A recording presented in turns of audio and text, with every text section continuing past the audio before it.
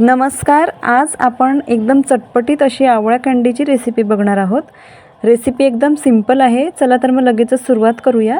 इथे मी 300 ग्राम आवळे घेतलेले आहे, म्हणजे एक पावापेक्षा थोडे जास्त. आता हे आवळे आपण छान स्वच्छ धुवून घ्यायचे आहे. आवळे तुम्ही लहान मोठ्या साईजचे कसे घेऊ शकता, फक्त डाग नसतील याची काळजी घ्या. आता इथे पातेल्यामध्ये मी पाणी गरम करायला ठेवलेले आहे. पाणी छान गरम झाल्यावर यामध्ये आपण चाळणी ठेवून घेऊया आणि हे आवळे आपण 15 मिनिटे वाफवून घेऊया. जर तुमच्याकडे स्टीमर असेल तर तुम्ही त्याचा पण यूज करू शकता. बघू शकाल आता 15 मिनिटानंतर आवळे छान वाफवून झालेले आहे. आता हे थोडे थंड होऊ देऊया आपण 5-10 मिनिटे आणि याचे जे हे छान पाकळे आहे हे छान व्यवस्थित आपण काढून घेऊया सगळ्या आवळ्यांच्या. बघा किती छान सुटसुटीत झालेले आहेत.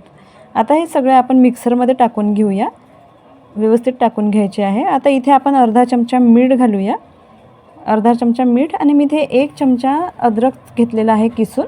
जर तुम्हाला अद्रक स्किप करायचं असेल तर तुम्ही करू शकता, पण कसं थंडीच्या दिवसामध्ये फायदेशीर असतं लहान मुलांसाठी सुद्धा. बघू शकाल इथे फाईन पेस्ट केलेली आहे छान. पाण्याचा अजिबात वापर करायचा नाही याच्यात. आता इथे कढई आपल्याला छान गरम होऊ द्यायची आहे आणि गरम झाल्यावर आपण गॅस थोडा कमी करून देऊया, लो करून देऊया. आता हे सगळे मिश्रण आपण कढईमध्ये टाकून, आता इथे जेवढे आवळे घेतले होते तेवढीच साखर घेतलेली आहे 300 ग्रॅम. आता छान व्यवस्थित साखर विरघळ पण छान व्यवस्थित कंटिन्यू हलवत राहायचे आहे आपल्याला या प्रोसेसमध्ये.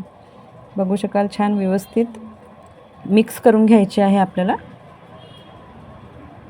बघू शकाल आता इथे आपल्याला हळूहळू हे मिश्रण थोडं घट्टसर यायला लागतं हलवल्याने. बघा आता मी इथे एक मीडियम साईजचं लिंबू घेतलेलं आहे, तर आता एका लिंबाचा रस आपल्याला यामध्ये घालायचा आहे. याने कसं आवळा कँडीला आपला काळपटपणा नाही येत आणि टिकते थोडी जास्त दिवस. बघा आता एका लिंबाचा पूर्ण रस मी घालून घेतलेला आहे व्यवस्थित, आणि पुन्हा थोड्या वेळ आपल्याला छान मिक्स करायचे आहे 2-3 मिनटे. बघू शकाल आता मी इथे 1 टेबलस्पून कॉर्नफ्लोअर घेतलेलं आहे आणि 1 टेबलस्पून पाणी घेतलेलं आहे. आता याची स्लरी करून आपल्याला या मिश्रणामध्ये घालायची आहे. त्याने थोडा याला दाटसरपणा येतो. टाकून घेऊया व्यवस्थित स्लरी आणि पुन्हा छान मिश्रण आपण हलवून घेऊया. बघू शकाल व्यवस्थित मिक्स करून घ्यायचे आहे. कंटिन्यू आपल्याला हलवत राहायचे आहे. आता इथे मी 1 टेबलस्पून तूप घालून घेते. तुपाने कसं थोडं मस्त त्याला चमचमाक येते, थोडं चमकायला येतं ते. बघू शकाल आता छान पुन्हा मिक्स करून घ्यायचे आहे. या प्रोसेसला कमीत कमी आपल्याला 15 मिनिटे लागतात हे सर्व करायला. आवळे वाफवल्याच्या नंतर आवळेचे 10-15 मिनटे आणि हे 15 मिनटे, म्हणजे असे 25-30 मिनटे लागतात. छान व्यवस्थित आपण मिक्स करून घेऊया. बघू शकाल हे मिश्रण आता दाट झालं की गॅस बंद करून घ्यायचा आहे. आता इथे मी एका ताटाला तूप लावलेले आहे थोडे. जर तुमच्याकडे बटर पेपर असेल तर तुम्ही बटर पेपरला तूप लावून सुद्धा करू शकता. माझ्याकडे नव्हता त्यामुळे मी ताटाला तूप लावून घेतलेले आहे. आता हे सगळं मिश्रण छान व्यवस्थित ताटामध्ये पसरवून छान असं एकसारखे करून घेऊया. थोडे हळूवारपणे करायचे आहे, मिश्रण गरम आहे कारण.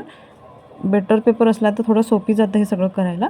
आता हे आपल्याला 1 तास ठेवून द्यायचे आहे. हे आपल्याला छान व्यवस्थित सेट करायचे आहे. आता हे आपण थोडं 1 तासभर किंवा अर्धा तास ठेवून देऊया. बघा 1 तासानंतर, अर्धा 1 तासानंतर बघा छान आपलं थोडंसं टेक्स्चर आलेलं आहे. आता छान आपण मस्त चाकूने किंवा याने आपण छान मस्त वड्या पाडून घेऊया. हव्या तशा लहान साईजच्या करा, कारण आवळा कँडी आहे तर लहान साईजचंच ते चांगलं वाटतं. बघू शकाल आता. तरी पण बघा हे अजून थोडं सेट व्हायचं आहे. थोडं अजून अर्धा तास ठेवावं लागेल. अर्ध्या तासानंतर म्हणजे 1 तास ठेवायलाच पाहिजे याला. आता पिठी साखरला थोडे लावून, हे पिठी साखरची स्टेप तुम्ही स्किप पण करू शकता, पण थोडं चांगलं वाटतं त्याने, सुटसुटीत वाटतं असं आवळा कँडी. तर तुम्हाला जर माझी रेसिपी आवडली असेल तर मला नक्की कॉमेंट्स करून सांगा आणि रेसिपीला लाईक करा आणि चॅनलला सबस्क्राईबसुद्धा करा आणि मैत्रिणींसोबतसुद्धा शेअर करा. भेटूया पुढच्या नव्या एका भागामध्ये. तोपर्यंत